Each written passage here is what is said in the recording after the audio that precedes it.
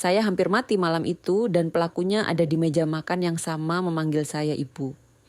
Nama saya Sari Ramadhani, usia 62 tahun, pensiunan guru taman kanak-kanak.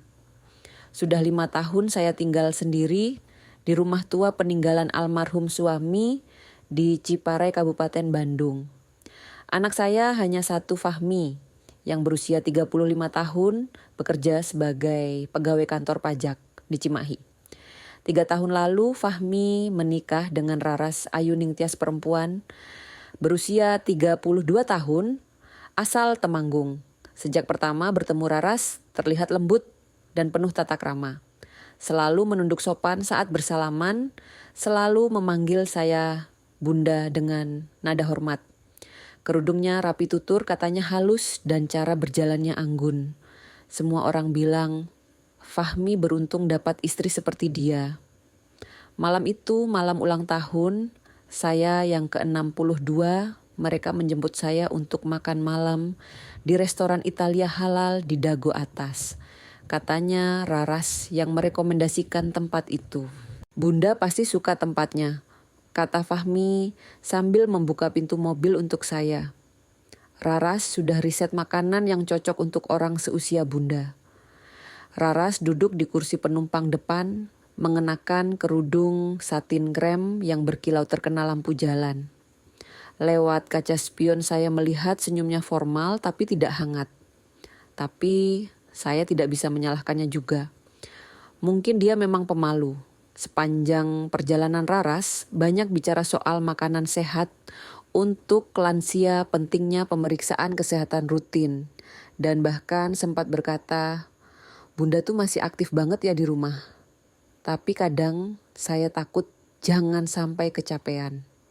Kan usia sudah tidak muda lagi. Ada sesuatu dalam nada bicaranya yang membuat saya sedikit tidak nyaman, tapi saya abaikan perasaan itu. Restoran yang mereka pilih memang bagus. Suasananya semi mewah lampu temaram, menciptakan kehangatan musik instrumental. Pelan terdengar lembut dan aroma rosemary memenuhi seluruh ruangan. Kami duduk di meja pojok dekat jendela besar yang menghadap bukit penuh lampu kota Bandung. Untuk Bunda, saya pesan ayam parmesan, kata Fahmi sambil membuka menu. Raras bilang itu cocok untuk pencernaan ibu-ibu. Raras sendiri hanya memesan salad sayuran dan minuman detox lemon jahe. Saya sedang diet sehat, katanya sambil tersenyum pada pelayan. Pelayan kemudian menuangkan segelas sirup anggur merah halal untuk saya dengan gerakan penuh gaya seperti yang biasa dilakukan di restoran mewah. Selama menunggu makanan datang, saya mulai memperhatikan tingkah laku Raras. Ada beberapa hal kecil yang membuat saya merasa aneh.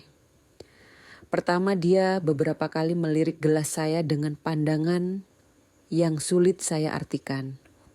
Kedua, saat saya membetulkan kerudung, saya melihat tangannya menyentuh bagian bawah meja sebentar. Ketiga, dia terus memainkan jari-jarinya di tepi sendok sambil tersenyum kecil sendiri, seolah memikirkan sesuatu yang lucu. Semoga Bunda selalu sehat ya, katanya tiba-tiba. Meski kadang saya suka lihat Bunda suka lupa naruh ponsel di mana-mana. Saya tersinggung sedikit. Ingatan saya masih sangat baik. Saya tidak pernah lupa meletakkan ponsel sembarangan. Makanan datang dan suasana menjadi lebih cair. Fahmi mulai bercerita soal pekerjaannya, rencana liburan, dan kenangan masa kecil. Saya merasa hangat mendengar anak saya berbicara dengan semangat. Saat hidangan penutup tiba, Fahmi berdiri sambil mengangkat gelas dan berkata, Untuk Bunda perempuan paling kuat dalam hidup saya. Terima kasih sudah membesarkan saya dengan penuh kasih sayang. Hati saya tersentuh mendengar kata-kata anak saya. Raras pun ikut mengangkat gelas tapi dengan gerakan agak ragu. Untuk ibu mertua yang sangat, dia berhenti sebentar. Istimewa bagi keluarga kami. Jeda sebelum kata istimewa itu terasa tidak alami, tapi mungkin dia hanya gugup. Tepat saat saya mengangkat gelas untuk bersulang, seorang pelayan berhijab mendekati meja kami.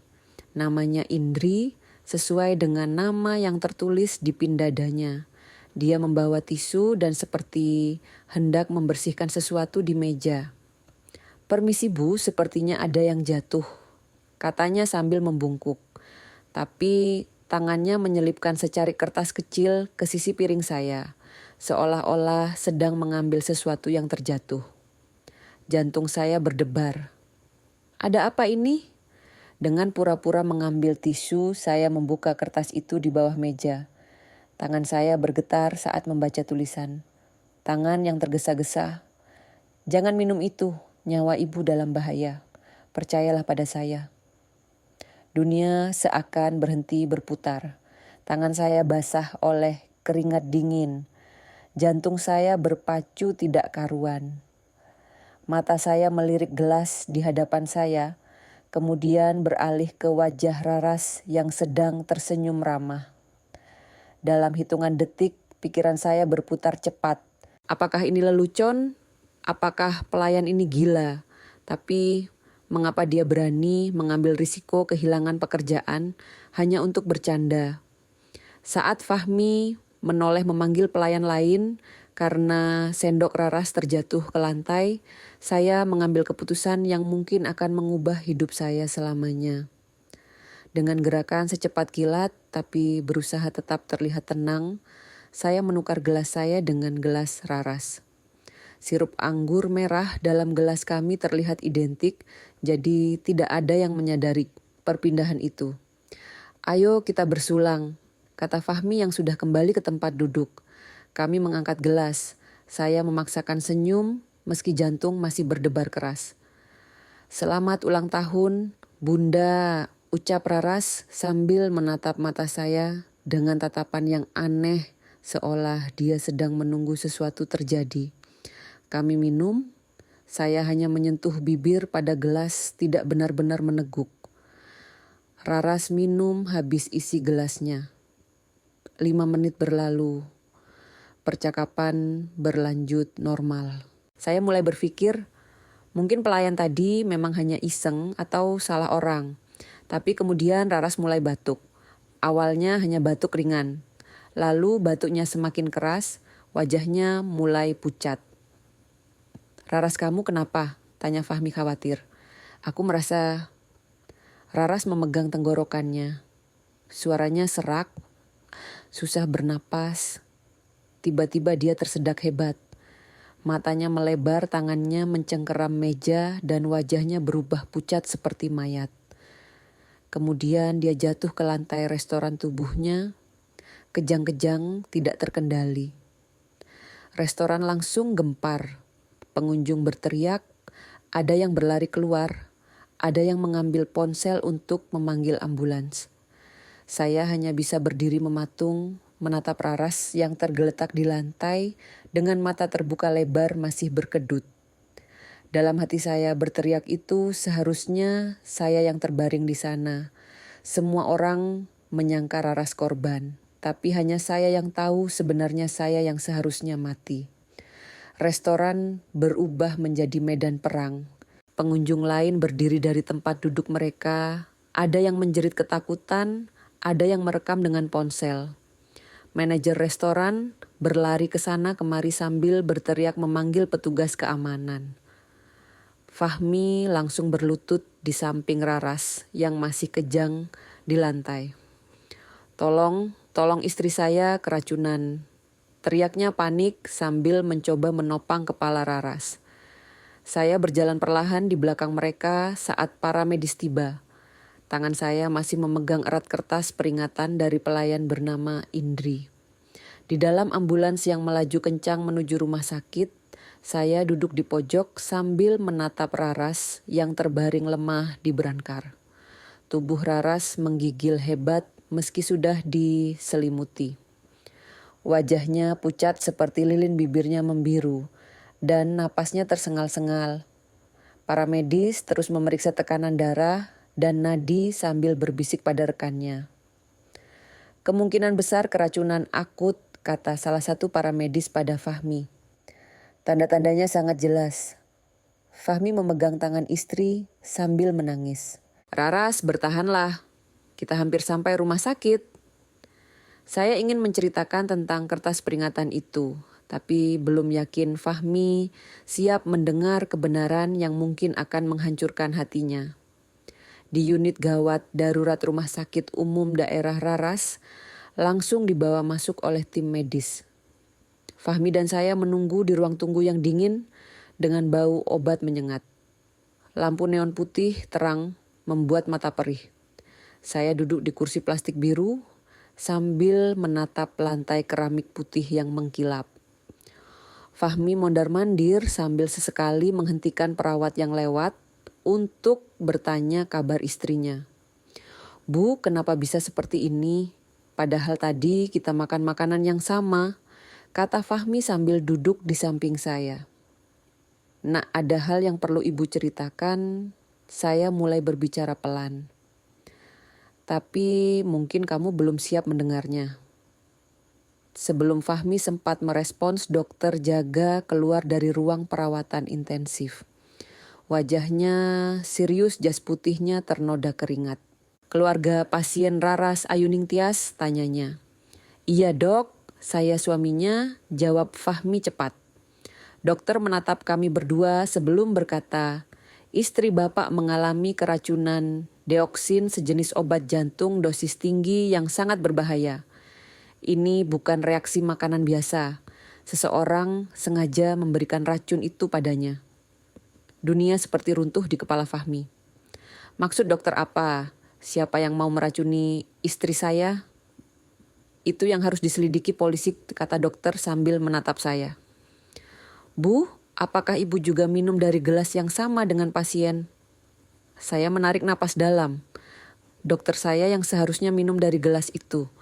Tapi di menit terakhir saya menukar gelas saya dengan gelas Raras.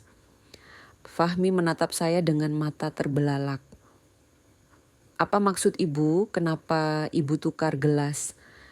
Dengan tangan bergetar, saya mengeluarkan kertas kecil dari saku dan menyerahkannya pada dokter dan Fahmi. Mereka membaca tulisan peringatan itu dengan wajah tidak percaya. Ini tidak mungkin, kata Fahmi sambil menggeleng keras.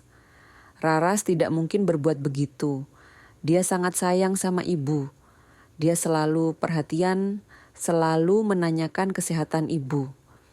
Tapi saya mulai mengingat kejadian-kejadian aneh dalam beberapa bulan terakhir. Setiap kali Raras berkunjung dan membuatkan teh atau bubur untuk saya selalu merasa sangat mengantuk setelahnya.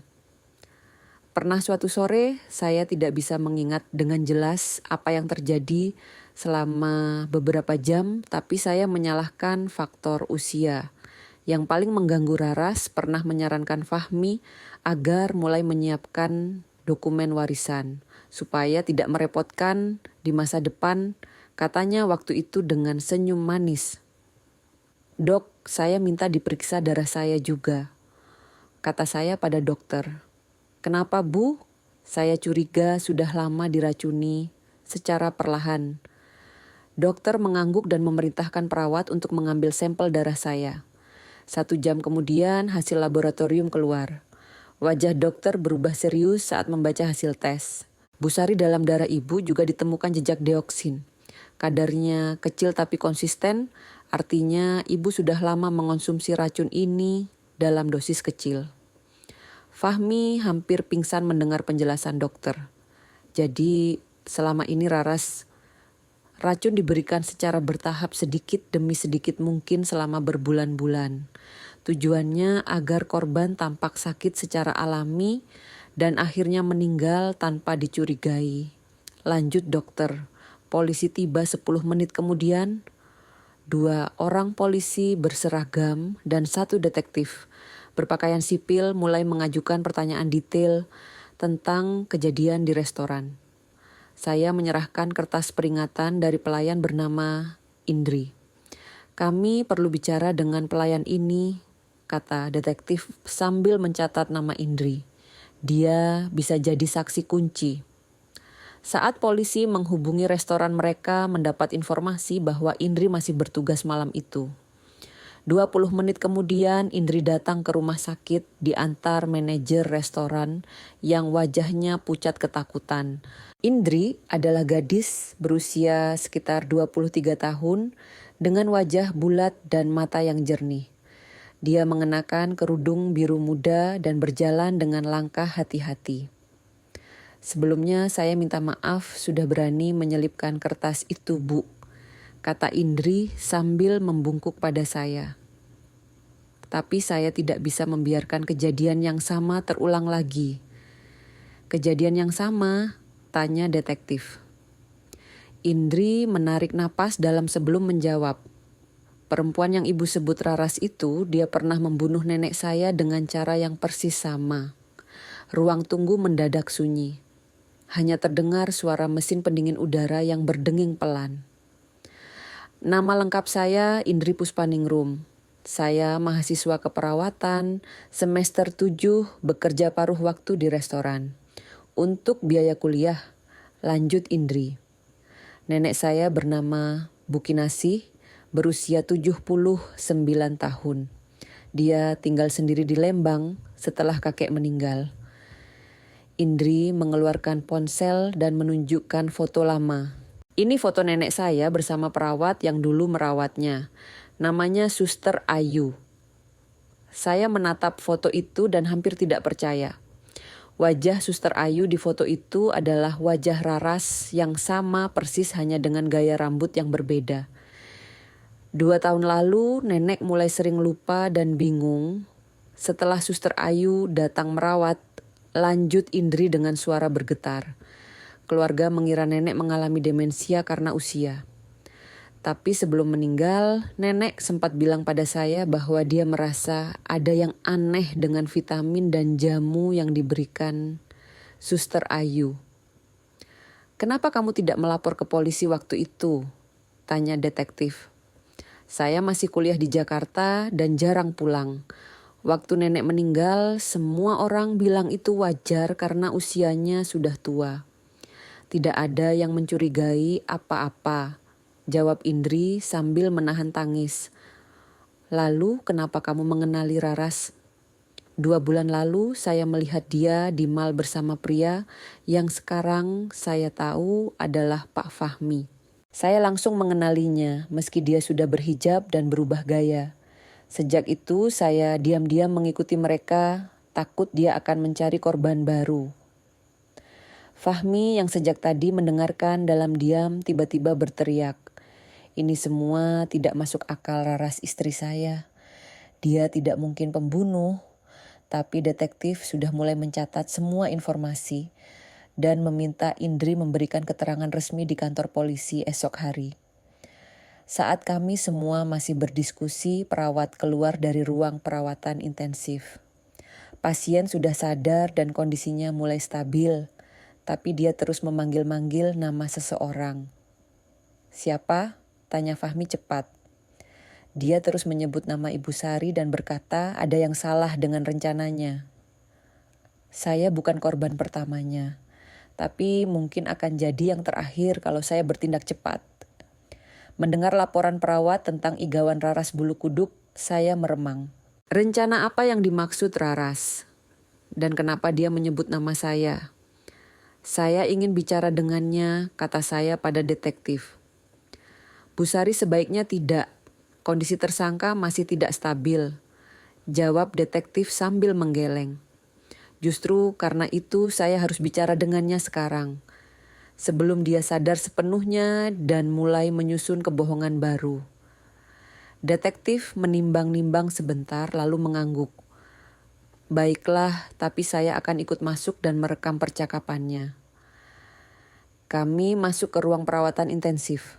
Raras terbaring lemah dengan selang oksigen di hidung dan berbagai kabel monitor menempel di tubuhnya. Matanya setengah terbuka, pandangannya kosong. Saat melihat saya masuk, mata Raras tiba-tiba melebar. Bunda, kenapa Bunda masih hidup? Kalimat itu keluar begitu saja dari mulutnya tanpa sadar. Fahmi yang berdiri di belakang saya langsung pucat. Apa maksudmu Raras? Tanya saya sambil mendekat.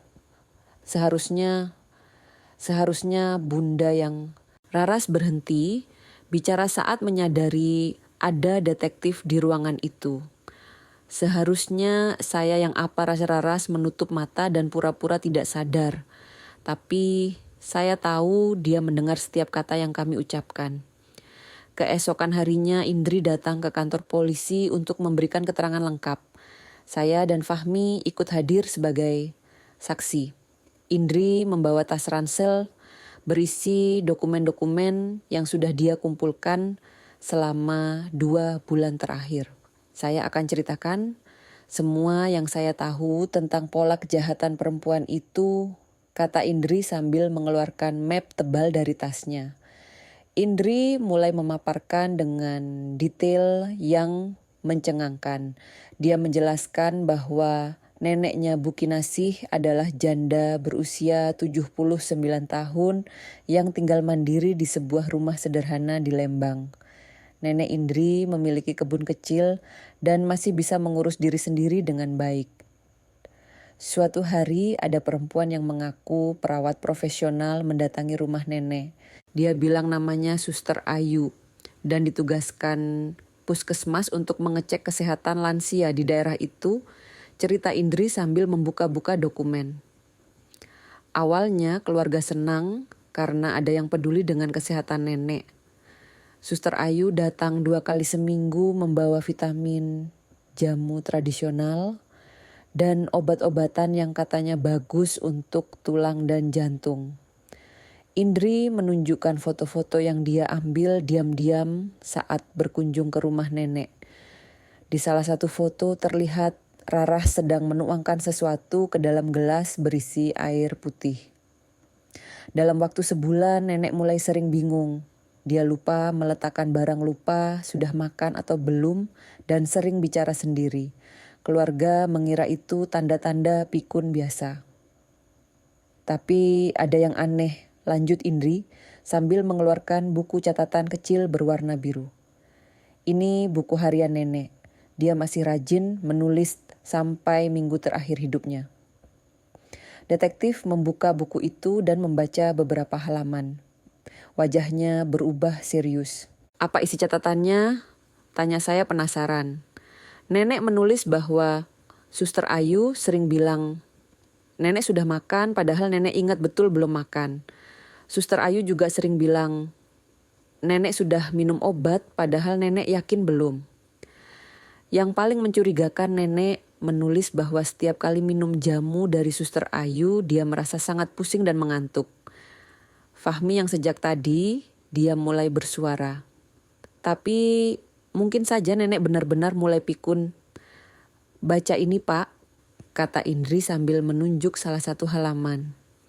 Nenek menulis Suster Ayu bertanya soal tabungan dan sertifikat tanah. Katanya untuk keperluan administrasi kesehatan. Tapi kenapa perawat perlu tahu soal harta benda pasien? Catatan itu membuat saya bergidik. Pola yang sama persis terjadi pada saya. Raras juga pernah bertanya tentang tabungan dan dokumen-dokumen penting dengan dalih membantu mengurus administrasi. 2 minggu sebelum nenek meninggal, Suster Ayu mulai datang setiap hari. Dia bilang kondisi nenek memburuk dan perlu pengawasan ketat. Lanjut Indri. Keluarga percaya karena memang nenek terlihat semakin lemah dan bingung. Kami tidak curiga sama sekali. Indri kemudian mengeluarkan dokumen fotokopi dari tas. Ini surat kuasa yang ditandatangani nenek pada Suster Ayu. Katanya untuk mengurus pengobatan dan keperluan medis. Tapi lihat tanggalnya. Saya melihat tanggal di dokumen itu. Surat kuasa ditandatangani hanya 3 hari sebelum Bu Kinasih meninggal saat kondisi nenek sudah sangat lemah dan bingung. Setelah nenek meninggal, Suster Ayu menghilang begitu saja. Dia bilang tugasnya sudah selesai dan puskesmas memindahkannya ke daerah lain, kata Indri dengan suara getir. Kalian tidak mencari tahu ke puskesmas? Tanya detektif. Saya coba cek, tapi puskesmas bilang mereka tidak pernah menugaskan perawat bernama Suster Ayu ke daerah itu. Ruangan menjadi sunyi sejenak. Semua orang mencerna informasi yang baru saja disampaikan Indri. Detektif mulai menghubungkan titik-titik kejadian. Jadi pola kejahatannya adalah menyamar sebagai perawat mendekati lansia yang tinggal sendiri memberikan racun dalam dosis kecil secara bertahap sambil mengisolasi korban dari keluarga lalu mengambil alih harta benda saat korban sudah tidak bisa berpikir jernih. Persis seperti yang hampir terjadi pada saya, gumam saya. Indri mengangguk. Makanya saat saya lihat dia di restoran malam itu, saya langsung tahu ada yang tidak beres. Saya mengikuti mereka dari mal sampai ke restoran. Saya minta izin manajer untuk membantu melayani meja ibu, lalu melihat dia menuangkan sesuatu ke gelas ibu saat Pak Fahmi pergi ke toilet. Fahmi tersentak. Kapan saya ke toilet? Sekitar 5 menit sebelum makanan utama disajikan. Bapak bilang mau cuci tangan, jawab Indri. Saya ingat momen itu, Raras memang sempat sendirian di meja saat Fahmi pergi. Waktu itu saya sedang melihat pemandangan kota dari jendela restoran. Saya langsung tahu dia memasukkan sesuatu ke gelas ibu. Gerakannya sangat cepat dan terlatih, seperti sudah sering melakukan hal yang sama. Lanjut Indri, detektif mencatat semua keterangan Indri dengan teliti. Kami akan memeriksa latar belakang Raras lebih mendalam. Mungkin masih ada korban lain yang belum terdeteksi. 2 hari kemudian hasil penyelidikan polisi keluar. Ternyata Raras tercatat pernah bekerja di 2 panti jompo swasta di Lembang dan Ciwidey dengan nama samaran yang berbeda-beda. Di panti jompo pertama dia bekerja selama 6 bulan dengan nama Ayu Ratnasari. Selama periode itu 3 orang penghuni panti meninggal dalam kondisi yang mencurigakan, tapi tidak pernah diaudit secara forensik karena dianggap kematian alami. Di panti kedua dia bekerja 4 bulan dengan nama Ratna Ayuningtyas. 2 penghuni panti meninggal dengan gejala serupa bingung mendadak lemah, lalu meninggal karena gagal jantung. Total ada 6 orang yang menjadi korban sebelum nenek saya. Dan hampir menjadi korban ke-7, kata Indri sambil menatap saya. Saat kami kembali ke rumah saya di Ciparai untuk mengambil pakaian dan dokumen-dokumen penting, saya memutuskan memeriksa laptop Fahmi yang biasa dia tinggalkan di meja kerja. Ibu mau lihat apa? Tanya Fahmi sambil membuatkan teh. Nah, ibu ingin memeriksa sesuatu. Jangan marah ya. Saya membuka laptop Fahmi dan melihat folder-folder di desktop. Ada satu folder bernama Darurat Ibu yang menarik perhatian saya. Di dalam folder itu saya menemukan dokumen-dokumen yang membuat darah saya naik ke kepala. Ada scan surat kuasa pengelolaan aset atas nama Fahmi sebagai ahli waris tunggal. Ada draft perubahan wasiat yang menyatakan jika saya dianggap tidak waras secara mental, semua aset akan langsung berada di bawah kendali Fahmi tanpa perlu persetujuan pengadilan. Yang paling mengejutkan ada surat pernyataan dari dokter palsu yang menyatakan saya mengalami demensia tahap awal dan memerlukan wali untuk mengurus keuangan. Fahmi sini sebentar, panggil saya dengan suara dingin. Fahmi datang sambil membawa 2 gelas teh. Saat melihat layar laptop, wajahnya langsung pucat. Ibu saya bisa jelaskan apa? Kalian sudah merencanakan menghabisi saya sejak kapan? Bukan begitu Bu Raras yang bilang ibu kambuh dan perlu bantuan. Dia yang minta saya siapkan dokumen-dokumen itu sebagai jaga-jaga. Kambuh apa? Ibu tidak pernah sakit apa-apa. Fahmi duduk di kursi sambil memegang kepala. 2 minggu lalu Raras menelepon saya panik. Dia bilang ibu datang ke rumah dalam kondisi bingung dan bicara tidak nyambung. Dia minta saya segera datang. Saya mencoba mengingat-ingat. Benar 2 minggu lalu saya berkunjung ke rumah Fahmi membawa oleh-oleh tape singkong buatan tetangga. Saat saya sampai di rumah ibu, memang terlihat sangat mengantuk dan agak linglung. Raras bilang, mungkin ibu kecapean, lanjut Fahmi. Lalu Raras menyodorkan dokumen-dokumen itu. Dia bilang itu permintaan ibu sendiri untuk berjaga-jaga kalau kondisi ibu memburuk. Saya menyadari bahwa hari itu saya memang merasa sangat mengantuk setelah minum teh buatan Raras. Bahkan sempat tertidur di sofa mereka selama 2 jam. Ibu tidak pernah minta dibuatkan dokumen apa-apa, Nak. Dan ibu ingat betul waktu itu ibu habis minum teh buatan Raras, langsung merasa pusing. Fahmi menatap saya dengan mata berkaca-kaca. Jadi selama ini saya sudah membantu dia meracuni ibu sendiri. Sekarang yang penting adalah membawa semua dokumen ini ke polisi sebagai barang bukti. Kata saya sambil menyimpan file-file itu ke flash disk. Keesokan harinya kami kembali ke kantor polisi. Hasil pemeriksaan dokumen mengejutkan nama notaris dan stempel yang tercantum di semua dokumen itu ternyata palsu. Raras sangat profesional dalam memalsukan dokumen, kata detektif sambil memeriksa surat-surat itu dengan kaca pembesar. Dia sudah melakukan ini berkali-kali. Saat kami sedang memberikan keterangan, tambahan petugas lain datang membawa informasi terbaru. Kami baru saja mendapat laporan dari Temanggung. Ternyata Raras Ayuning Tias bukan nama aslinya. Nama aslinya adalah Retno Sari Wulandari dan dia punya catatan kriminal karena kasus penipuan dan pemalsuan dokumen. Saya pernah percaya padanya. Kini saya harus membuktikan dia ingin saya mati secara hukum. Mendengar bahwa Raras ternyata bukan nama aslinya membuat kepala saya pusing. Berapa banyak lagi kebohongan yang sudah dia bangun selama ini. Retno Sari Wulandari, usia 34 tahun, bukan 32 seperti yang dia klaim, kata detektif sambil membaca berkas dari Temanggung. Dia pernah ditangkap karena memalsukan ijazah keperawatan dan menipu keluarga untuk merawat lansia, tapi dilepas karena kurang bukti. Berarti dia memang bukan perawat sungguhan, tanya Fahmi dengan suara parau.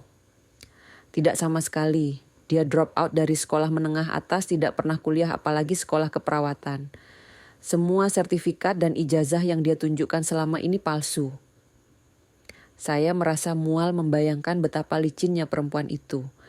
Selama 3 tahun dia berhasil menipu keluarga kami berperan sebagai menantu yang baik dan penuh perhatian. Kami akan melakukan penggeledahan rumah tersangka hari ini. Bu Sari dan Pak Fahmi bisa ikut sebagai saksi, kata detektif sambil menutup berkas. 2 jam kemudian kami tiba di rumah Fahmi dan Raras di komplek perumahan sederhana di Cimahi. Rumah berlantai 2 dengan cat krem itu terlihat normal dari luar, sama seperti rumah-rumah lain di kompleks itu. 5 orang petugas berpakaian sipil masuk bersama kami. Mereka langsung menuju kamar utama yang selama ini ditempati Fahmi dan Raras. Di lemari pakaian Raras petugas menemukan sesuatu yang membuat saya bergidik. Di balik tumpukan baju-baju rapi, tersembunyi puluhan botol kecil tanpa label berukuran sekitar 50 ml. Ada apa isi botol-botol ini? Tanya salah satu petugas sambil mengenakan sarung tangan. Petugas forensik yang ikut dalam penggeledahan mengambil sampel dari beberapa botol dan mengujinya dengan alat portabel. Hasilnya mengerikan. Botol pertama berisi deoksin murni. Botol kedua berisi campuran obat tidur dan obat jantung. Botol ketiga berisi ramuan herbal yang dicampur zat kimia berbahaya, kata petugas forensik sambil mencatat temuannya. Ini bukan obat-obatan untuk pengobatan. Ini racun yang disusun secara sistematis untuk membunuh, lanjutnya. Di laci meja rias Raras petugas juga menemukan buku catatan kecil berwarna hitam. Isi buku itu membuat darah saya membeku. Buku itu berisi daftar nama-nama korban, alamat kondisi keuangan, dan rencana pembunuhan yang detail. Nama saya tertulis di halaman terakhir dengan keterangan target utama, aset tanah dan rumah perkiraan, waktu eliminasi 2 hingga 3 bulan. Bu Sari lihat ini, kata detektif sambil menunjukkan halaman dalam buku itu. Saya membaca dengan tangan bergetar. Raras mencatat semua kebiasaan, saya jam berapa, saya bangun tidur, makanan kesukaan, frekuensi kunjungan Fahmi ke rumah, bahkan jadwal pengajian rutin saya. Yang paling menyeramkan, dia mencatat reaksi tubuh saya setiap kali diberi teh istimewa buatannya. Dia menulis dosis 5 tetes membuat target mengantuk 2 jam. Dosis 10 tetes membuat target bingung dan mudah dibujuk menandatangani dokumen. Dia memperlakukan nyawa manusia seperti eksperimen laboratorium, gumam Fahmi sambil menatap buku itu dengan mata kosong. Petugas kemudian memeriksa ponsel dan laptop Raras yang disita dari kamar. Jejak digital yang ditemukan membuat kasus semakin jelas. Di riwayat pencarian internet ponsel Raras ditemukan kata kunci yang mencurigakan cara mempercepat kematian pasien lansia tanpa jejak obat jantung dosis mematikan untuk orang tua tanda-tanda demensia pada lansia dan cara mengurus warisan saat ahli waris dianggap tidak waras. Dia juga sering mengunjungi forum gelap yang membahas racun dan cara membunuh tanpa ketahuan, kata petugas cybercrime sambil menunjukkan layar laptop. Di folder email Raras petugas menemukan korespondensi dengan perusahaan asuransi tentang pencairan polis jiwa atas nama saya. Email itu dikirim hanya 3 hari sebelum malam ulang tahun saya. Isi emailnya bagaimana? Tanya saya penasaran sekaligus takut. Dia menanyakan prosedur klaim asuransi untuk kematian mendadak akibat serangan jantung pada lansia. Dia juga menanyakan berapa lama proses pencairan dana jika ahli waris sudah menyiapkan semua dokumen, jawab petugas sambil mencetak email-email itu. Yang lebih mengejutkan lagi, ditemukan percakapan melalui aplikasi pesan dengan seseorang yang hanya dikenal dengan nama Pak D. Percakapan itu membahas pengadaan obat-obatan terlarang. Pak D barang sudah siap. Deoksin murni seperti yang diminta. Raras bagus, saya ambil besok malam. Pak D, ingat jangan sampai ketahuan. Polisi mulai ketat. Raras tenang saja, target saya sudah percaya penuh. Kami akan melacak identitas Pak D ini, kata detektif sambil menyimpan semua bukti digital.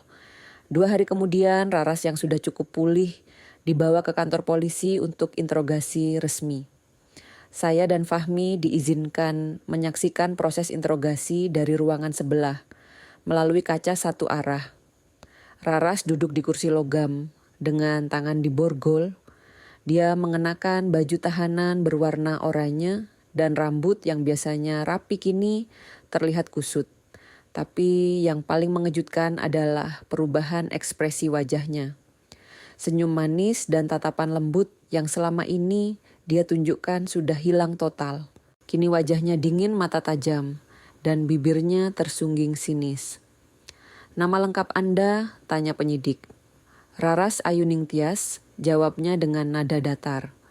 Kami sudah tahu nama asli Anda adalah Retno Sari Wulandari. Mengapa Anda berbohong? Raras terdiam sejenak, lalu tersenyum tipis. Retno Sari Wulandari sudah mati. Yang ada sekarang adalah Raras Ayuning Tias. Baiklah Raras, Anda dituduh melakukan pembunuhan berencana terhadap Bu Sari Ramadhani. Apa tanggapan Anda? Saya tidak membunuh siapa-siapa. Saya hanya memberikan vitamin dan jamu untuk kesehatan mertua saya. Penyidik mengeluarkan botol-botol racun yang ditemukan di rumahnya. Anda menyebut ini vitamin. Raras menatap botol-botol itu tanpa ekspresi. Itu herbal khusus untuk menjaga stamina lansia. Hasil lab menunjukkan ini adalah racun mematikan. Laboratorium bisa salah. Penyidik kemudian menunjukkan buku catatan hitam milik Raras. Bagaimana Anda menjelaskan ini, daftar korban, dan rencana pembunuhan yang sangat detail? Wajah Raras mulai berubah. Dia menatap buku itu dengan mata menyipit. Itu hanya catatan pribadi. Saya suka mengamati orang. Mengamati untuk apa?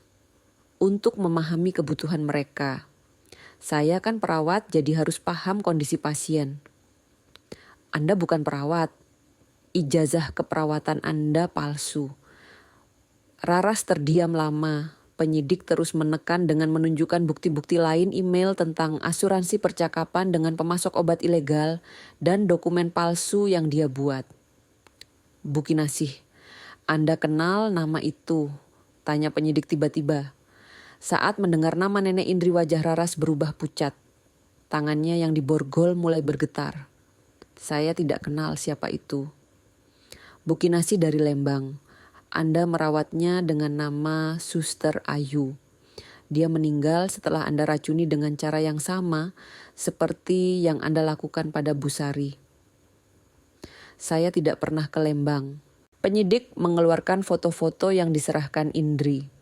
Ini foto Anda sedang memberikan obat pada Bu Kinasih.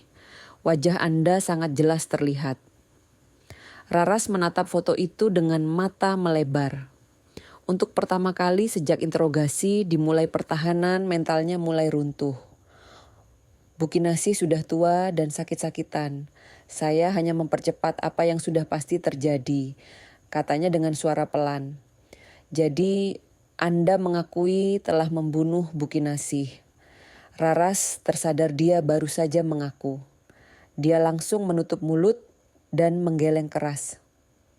Saya tidak bilang apa-apa, tapi sudah terlambat. Pengakuan itu terekam dengan jelas. Penyidik melanjutkan tekanan. Pak Suparjo dari Panti Jompo Lembang, Bu Marsini dari Panti Jompo Ciwidey. Anda juga yang membunuh mereka. Mereka semua sudah tua. Mereka tidak berguna lagi. Hidup mereka hanya menyusahkan keluarga, teriak Raras tiba-tiba. Ruangan interogasi mendadak sunyi. Raras baru menyadari dia telah mengungkapkan motif sebenarnya.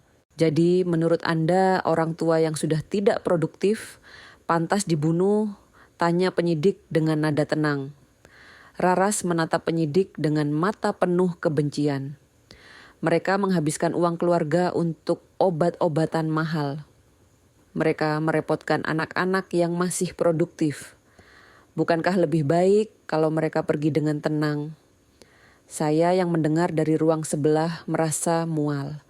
Bagaimana bisa ada manusia yang berpikir seperti itu? Dan, Bu Sari, mengapa Anda ingin membunuhnya? Dia punya rumah besar, tanah luas, dan tabungan banyak. Tapi dia hidup sendiri, tidak ada yang merawat. Bukankah lebih baik kalau harta itu dikelola orang yang masih muda dan energik? Maksud Anda dikelola oleh Anda melalui suami Anda, Fahmi. Fahmi anak yang baik tapi terlalu polos. Dia tidak tahu cara mengelola kekayaan. Saya yang akan membantunya. Dengan cara membunuh ibunya, Raras tersenyum dingin. Dengan cara membebaskan ibunya dari penderitaan hari tua. Di ruang sebelah, Fahmi menangis terseduh-seduh. Dia tidak pernah mencintai saya. Dia hanya ingin harta ibu. Saya memeluk Fahmi sambil merasakan campuran amarah dan kesedihan yang luar biasa. Perempuan yang selama 3 tahun saya anggap sebagai anak sendiri, ternyata adalah monster yang ingin membunuh saya untuk mengambil semua yang saya miliki. Interogasi berlanjut hingga malam.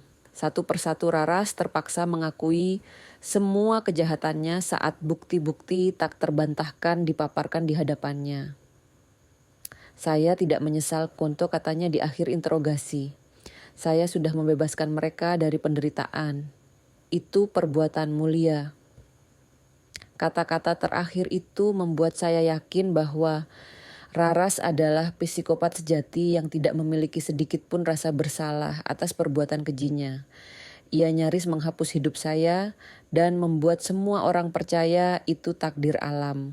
Setelah pengakuan mengejutkan Raras di ruang interogasi kasus ini, langsung menjadi perhatian media. Kantor berita lokal mulai menayangkan laporan dengan judul yang sensasional, "Menantu pembunuh berantai sasar lansia untuk rebut harta."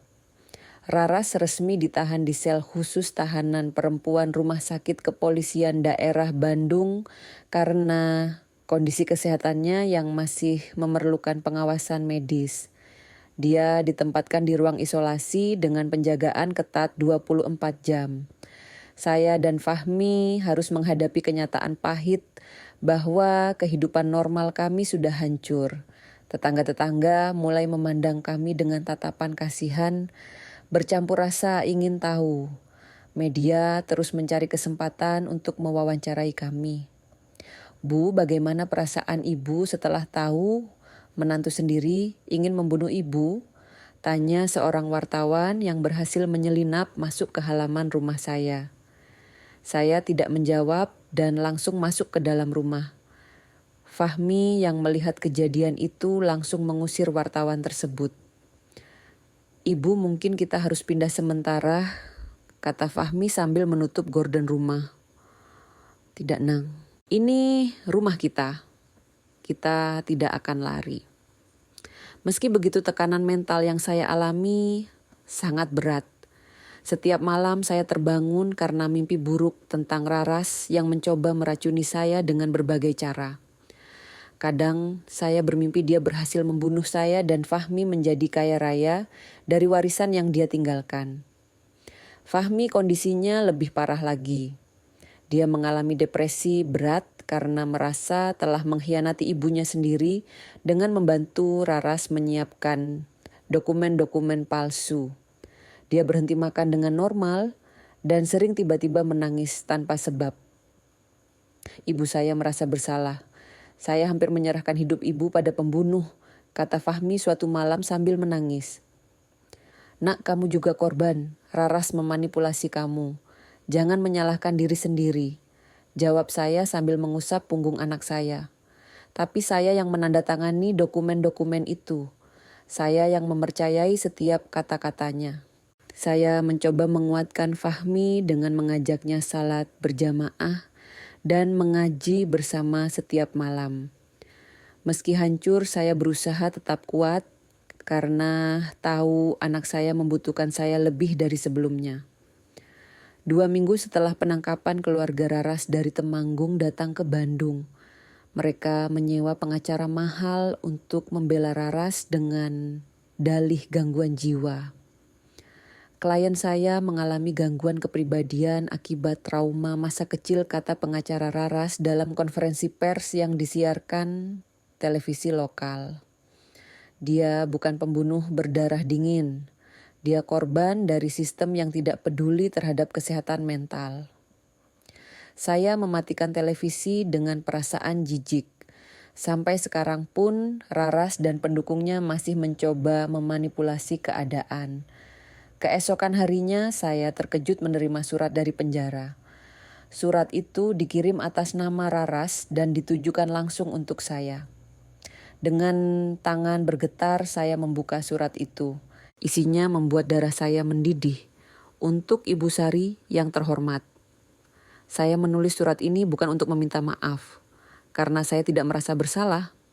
Saya hanya ingin menjelaskan bahwa semua yang saya lakukan adalah demi kebaikan ibu dan keluarga. Ibu sudah tua dan hidup sendiri. Apakah tidak lebih baik kalau ibu pergi dengan tenang daripada menderita sakit-sakitan di hari tua? Saya sudah memberikan jalan keluar yang terbaik untuk ibu. Fahmi adalah suami yang baik tapi tidak punya visi. Dengan harta warisan, ibu kami bisa membangun masa depan yang cemerlang. Bukankah itu lebih berguna daripada membiarkan harta itu tidak terurus? Saya harap ibu bisa memahami niat baik saya. Mungkin suatu hari nanti ibu akan berterima kasih pada saya. Hormat saya, Raras Ayuning Tias." Setelah membaca surat itu, saya langsung membakarnya di tungku dapur. Tidak ada gunanya menyimpan sampah seperti itu. Fahmi yang melihat saya membakar sesuatu bertanya, Ibu bakar apa? Tidak ada apa-apa, Nak. Hanya sampah. Beberapa hari kemudian, pengacara Raras mencoba pendekatan yang lebih agresif. Dia mengirim kuasa hukumnya untuk menemui Fahmi dengan tawaran yang mengejutkan. Pak Fahmi, klien kami bersedia mengaku bersalah dan menerima hukuman ringan jika Bapak tidak bersaksi melawan dia di pengadilan, kata kuasa hukum itu. Apa maksudnya? Tanya Fahmi bingung. Bapak bisa menarik kesaksian tentang dokumen-dokumen palsu yang ditandatangani. Tanpa kesaksian Bapak, kasus ini akan sulit dibuktikan. Fahmi menatap saya dengan tatapan bertanya. Saya menggeleng tegas. Tidak akan pernah, kami akan bersaksi sampai akhir, kata saya dengan nada keras. Kuasa hukum itu masih mencoba membujuk. Bu Sari, pikirkanlah masa depan anak ibu.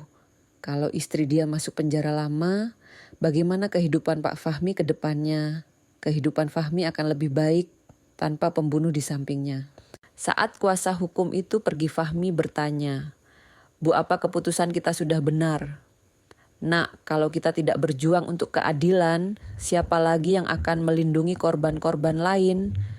Pengacara Raras kemudian menggunakan taktik lain. Mereka menyebarkan cerita bahwa Raras sebenarnya korban kekerasan dalam rumah tangga dan tekanan mental yang luar biasa. Mereka bahkan meminta Fahmi untuk bersaksi bahwa dia pernah memukul atau mengancam Raras.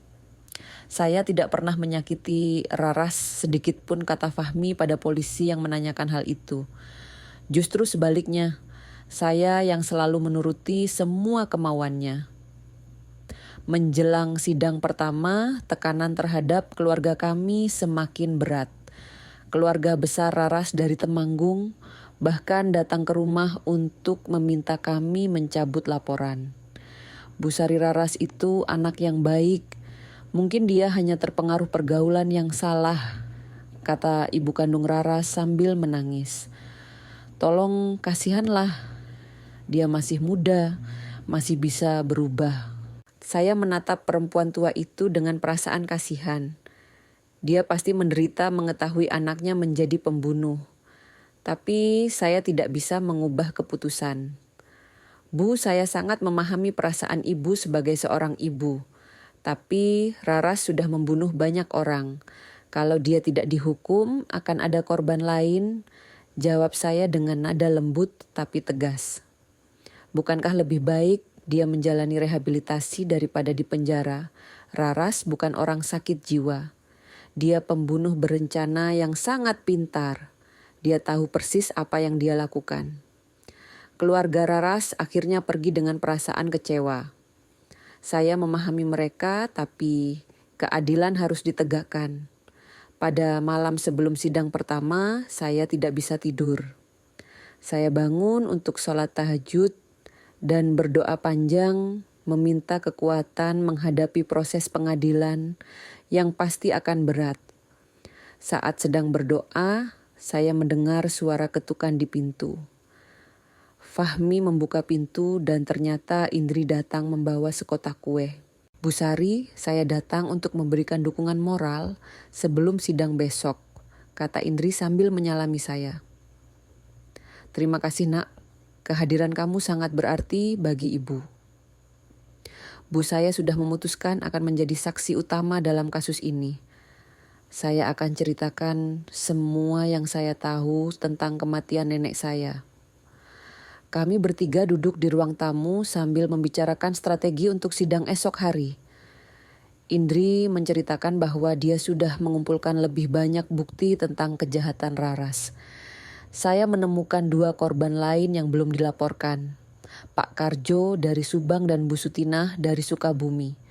Keduanya meninggal dengan gejala yang sama setelah dirawat oleh perempuan yang mengenakan nama berbeda.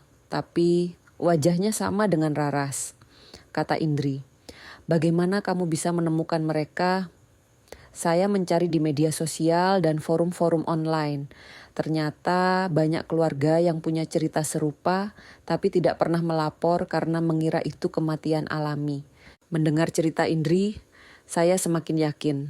bahwa Raras adalah predator yang sangat berbahaya. Dia sudah berkeliling Jawa Barat selama bertahun-tahun mencari korban. Kita harus memastikan dia mendapat hukuman yang setimpal, kata saya dengan tekad bulat. Pagi hari sidang pertama kami bertiga berangkat ke Pengadilan Negeri Bandung. Media massa sudah berkumpul di depan gedung pengadilan sejak subuh. Kamera dan mikrofon diarahkan ke kami saat turun dari mobil. Bu Sari, apa yang Ibu harapkan dari persidangan hari ini? Teriak seorang wartawan. Saya berhenti sejenak dan menatap kamera. Saya berharap keadilan bisa ditegakkan. Raras sudah membunuh banyak orang tidak bersalah. Dia harus bertanggung jawab atas perbuatannya. Apakah Ibu memaafkan Raras? Memaafkan dan menghukum adalah dua hal yang berbeda. Saya bisa memaafkan dia secara pribadi, tapi dia tetap harus dihukum sesuai hukum. Pertama sekali, di dalam ruang sidang saya melihat Raras duduk di kursi terdakwa dengan pengawal di kiri kanannya. Dia mengenakan kemeja putih dan rok hitam, rambutnya dikuncir rapi. Dari luar dia terlihat seperti perempuan biasa yang sedang menghadapi masalah hukum ringan. Tapi saat mata kami bertatapan, saya melihat kilatan kebencian di matanya. Dia sama sekali tidak tampak menyesal atau takut. Justru sebaliknya dia terlihat percaya diri, seolah yakin bisa lolos dari hukuman. Hakim ketua membacakan dakwaan dengan panjang lebar. Raras dituduh melakukan pembunuhan berencana terhadap 7 orang lansia, percobaan pembunuhan terhadap saya, pemalsuan dokumen, dan penipuan. Saat ditanya, apakah dia mengakui dakwaan itu? Raras berdiri dan menjawab dengan suara keras, "Saya tidak mengaku bersalah, Yang Mulia. Saya hanya membantu orang-orang tua itu mengakhiri penderitaan mereka." Jawaban itu membuat ruang sidang gempar. Hakim mengetuk palu berkali-kali untuk menenangkan suasana. "Terdakwa, apakah Anda menyadari bahwa perbuatan Anda telah merampas nyawa manusia?" tanya hakim. "Yang Mulia, saya sudah meringankan beban keluarga mereka. Orang-orang tua itu sudah tidak produktif dan hanya menghabiskan biaya pengobatan. Bukankah lebih baik kalau mereka pergi dengan tenang?" Saya menahan diri untuk tidak berteriak. Mendengar jawaban Raras yang sangat tidak berperasaan itu. Di sebelah saya Fahmi mengepalkan tangan dengan kuat. Ia ingin saya mati, tapi saya tetap hidup. Dan itulah kekalahan yang paling menyakitkan. Sidang berlangsung selama 3 minggu dengan saksi-saksi yang terus berdatangan. Indri memberikan kesaksian yang sangat kuat tentang kematian neneknya. Dia membawa foto-foto rekaman suara dan bahkan buku harian neneknya yang mencatat keanehan-keanehan selama dirawat oleh Raras. Yang Mulia, nenek saya adalah perempuan yang cerdas dan masih waras sampai hari terakhir. Dia mencatat semua yang terjadi padanya karena merasa ada yang tidak beres, kata Indri dengan suara bergetar tapi tegas. Keluarga korban-korban lain juga hadir memberikan kesaksian. Pak Warno, anak dari Pak Karjo yang meninggal di Subang, menceritakan bagaimana ayahnya yang tadinya sehat tiba-tiba menjadi pikun setelah dirawat seorang perawat cantik.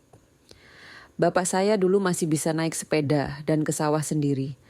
Tapi setelah perawat itu datang, beliau jadi sering bingung dan akhirnya meninggal karena serangan jantung, kata Pak Warno sambil menahan tangis.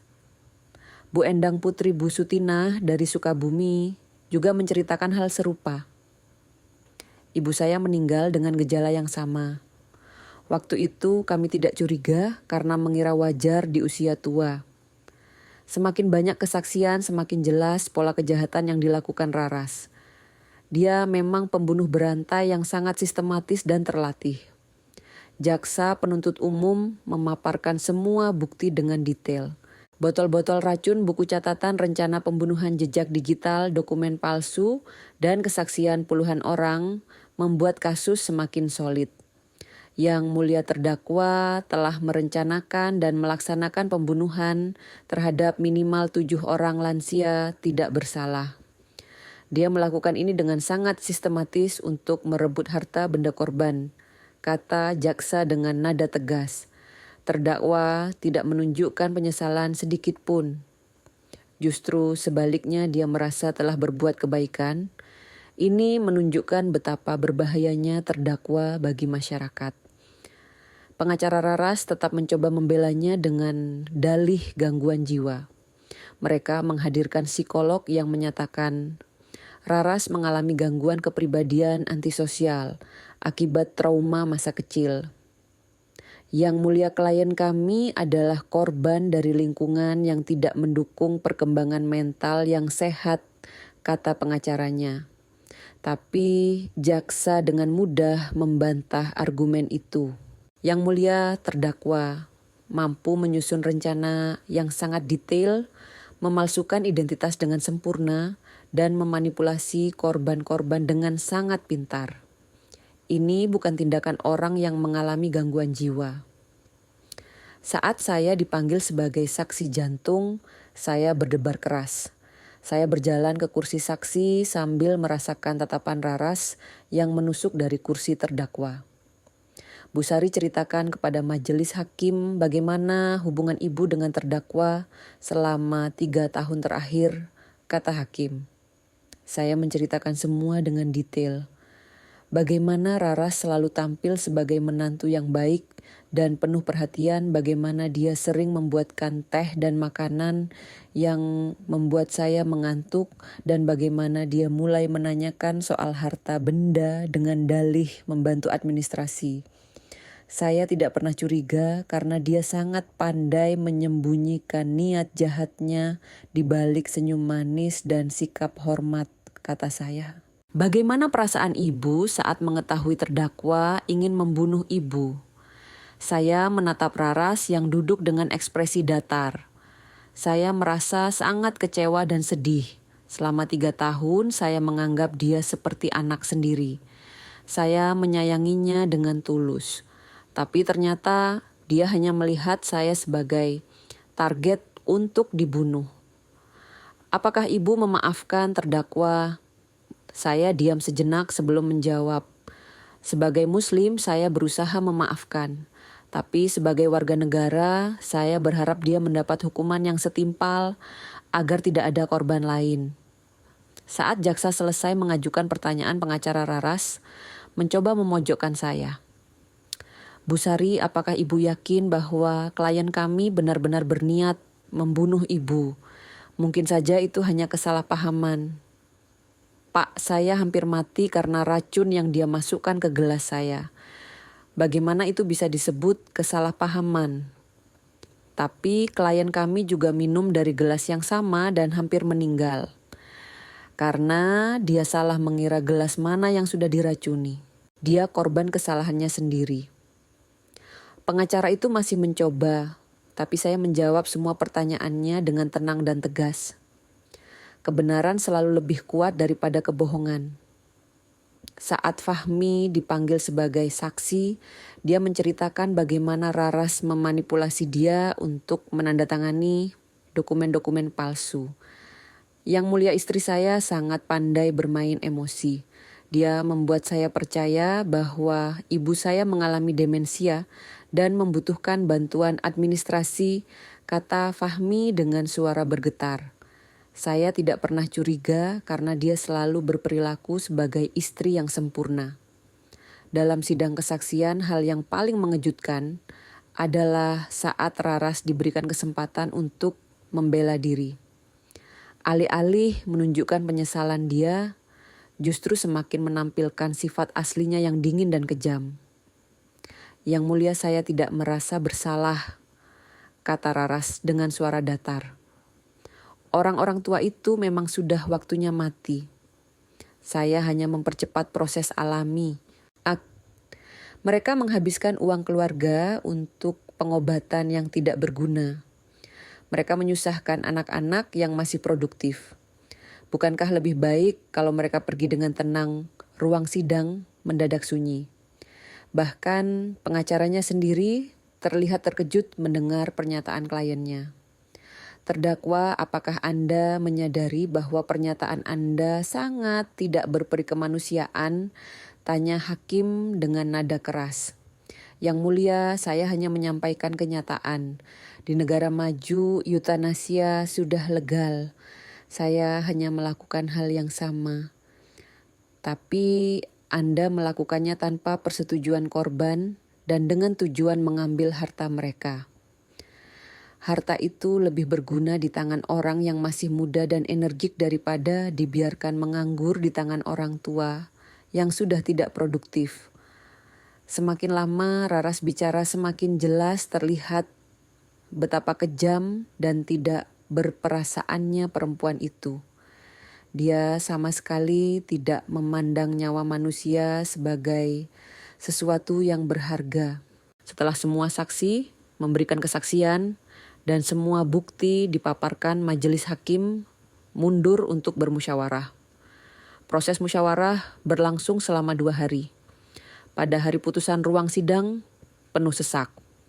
Media massa keluarga korban dan masyarakat umum hadir untuk menyaksikan vonis yang akan dijatuhkan pada Raras. Saya duduk di barisan depan bersama Fahmi dan Indri. Jantung saya berdebar menunggu keputusan hakim. Raras dibawa masuk dengan pengawalan ketat. Wajahnya tetap datar, tidak menunjukkan kekhawatiran sedikit pun. Hakim ketua mulai membacakan putusan dengan suara lantang.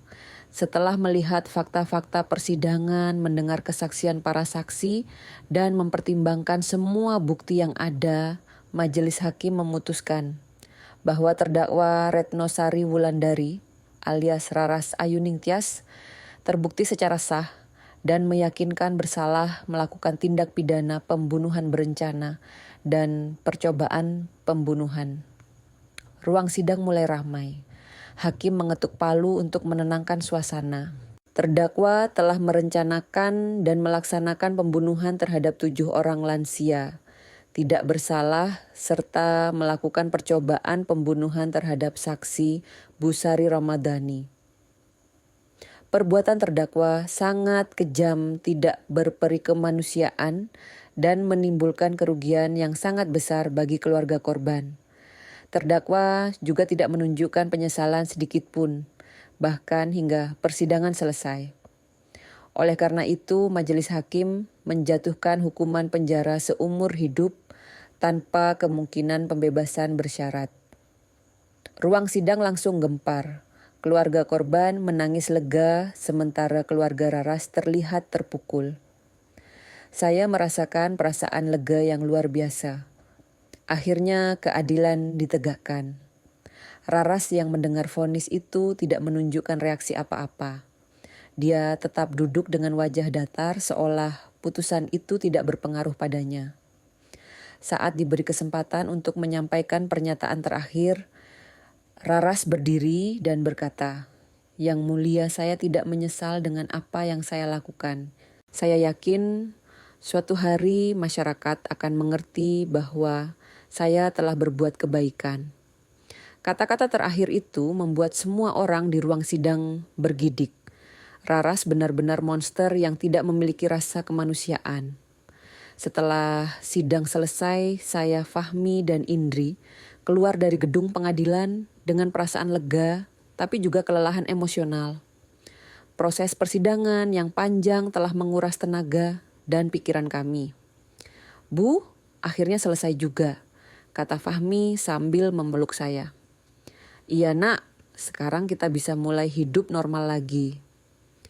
Media massa langsung mengerumuni kami untuk meminta komentar. Saya memberikan pernyataan singkat. Saya bersyukur keadilan akhirnya ditegakkan. Semoga hukuman ini memberikan efek jera bagi siapa saja yang berniat melakukan kejahatan serupa. Saya juga berterima kasih kepada Indri yang dengan berani membongkar kejahatan ini. Tanpa keberaniannya mungkin masih akan ada korban lain. Indri yang berdiri di samping saya menambahkan, "Saya berharap kasus ini membuat masyarakat lebih waspada terhadap orang-orang yang mendekati lansia dengan niat jahat." Beberapa bulan setelah persidangan, kehidupan kami mulai kembali normal. Fahmi yang sempat depresi berat mulai pulih dengan bantuan konseling psikolog. Dia juga memutuskan untuk mengurus perceraian dengan Raras.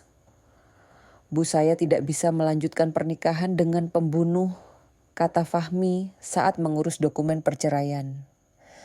Ibu sangat mendukung keputusan Kamuna. Saya memutuskan untuk pindah dari rumah lama di Ciparai ke rumah kecil yang saya beli dekat situ Patenggang. Tempat itu lebih tenang dan jauh dari hiruk-pikuk media yang masih sesekali mencari berita tentang kasus Raras. Rumah baru saya sederhana tapi nyaman. Ada taman kecil di depan yang saya tanami berbagai macam sayuran dan bunga. Setiap pagi saya menyiram tanaman sambil menikmati udara segar danau. Fahmi sering berkunjung, terutama di akhir pekan. Kami menghabiskan waktu dengan berkebun, memasak bersama dan mengaji. Hubungan kami malah menjadi lebih dekat setelah peristiwa traumatis itu. Bu, ternyata kehidupan sederhana seperti ini lebih bahagia, kata Fahmi suatu sore sambil membantu saya mencabuti rumput liar.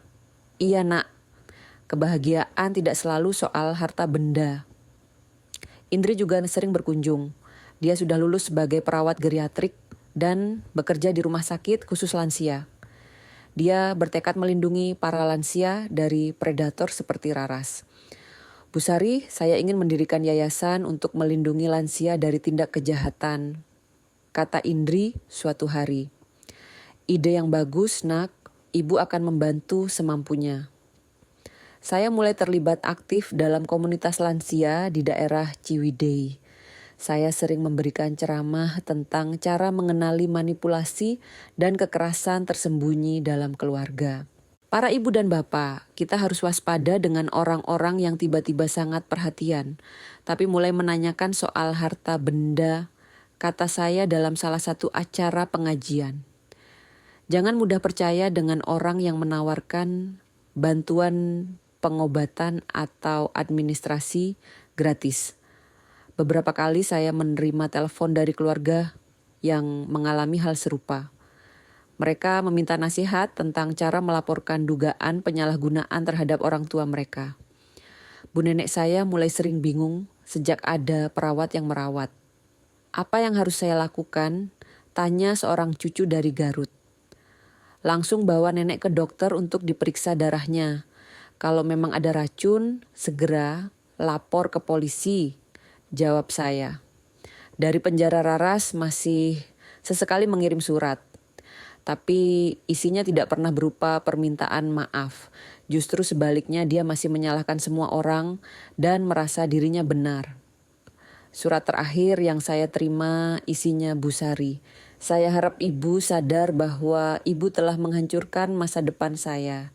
Padahal saya sudah berusaha membebaskan ibu dari penderitaan hari tua. Sekarang saya harus menghabiskan sisa hidup di penjara. Karena ibu yang keras kepala. Semua ini adalah kesalahan ibu. Raras, setelah membaca surat itu, saya langsung membakarnya seperti biasa. Tidak ada gunanya menyimpan kebencian dari perempuan yang sudah kehilangan kemanusiaannya. Bu, kenapa Raras masih suka kirim surat? Tanya Fahmi yang melihat saya membakar surat. Mungkin dia masih berharap bisa memanipulasi perasaan kita. Tapi kita sudah tidak akan tertipu lagi. Kehidupan di rumah baru memberi saya kedamaian yang sudah lama tidak saya rasakan. Setiap pagi saya bangun dengan perasaan syukur karena masih diberi kesempatan hidup. Saya sering duduk di teras sambil menatap danau yang tenang. Air danau yang jernih memantulkan langit biru dan awan putih. Pemandangan itu selalu mengingatkan saya betapa indahnya hidup yang sederhana. Alhamdulillah saya masih bisa merasakan semua ini, gumam saya sambil menghirup udara segar pagi. Indri yang kini sudah seperti anak sendiri bagi saya sering menginap di akhir pekan. Kami menghabiskan waktu dengan memasak bercerita dan merencanakan program-program untuk melindungi lansia. Bu, berkat keberanian Ibu melawan Raras, sekarang banyak keluarga yang lebih waspada, kata Indri, sambil membantu saya membuat kue tradisional. Yang penting tidak ada lagi korban seperti nenek kamu atau orang-orang lain. 1 tahun setelah persidangan saya menerima kabar bahwa Raras mencoba bunuh diri di penjara, tapi gagal. Dia dirawat di rumah sakit penjara dan kemudian dipindah ke sel isolasi dengan pengawasan lebih ketat. Bu, apa perasaan Ibu mendengar Raras coba bunuh diri? Tanya wartawan yang menelepon saya. Saya tidak senang mendengar itu. Meski dia sudah berbuat jahat, saya tidak ingin dia mati. Saya berharap dia menggunakan sisa hidupnya untuk menyesali perbuatannya. Kini 2 tahun setelah peristiwa yang hampir merenggut nyawa saya menjalani hidup dengan penuh syukur. Setiap hari adalah anugerah yang tidak boleh disia-siakan. Saya berdiri di teras rumah kecil sambil menatap matahari terbenam di atas Situ Patenggang. Langit berubah warna dari biru menjadi jingga, lalu ungu kehitaman. Dalam hati saya berdoa, "Ya Allah, terima kasih telah melindungi hamba dari rencana jahat. Terima kasih masih memberi kesempatan untuk melihat keindahan ciptaan-Mu." Angin danau berhembus pelan membawa aroma segar air dan dedaunan. Saya menghirup dalam-dalam sambil tersenyum. Raras ingin saya mati 2 tahun lalu. Dia sudah menyusun rencana sempurna untuk membunuh saya dan mengambil semua yang saya miliki. Tapi saya masih di sini. Masih bisa bernapas, masih bisa tertawa bersama anak dan cucu-cucu angkat saya, masih bisa berbagi cerita dengan sesama lansia. Dan itulah pembalasan terbesar bagi siapapun yang ingin menghapus eksistensi saya. Saya tetap hidup, tetap bahagia, dan tetap berguna bagi orang lain. Saya masih di sini. Dan itu adalah kemenangan terbesar dalam hidup saya.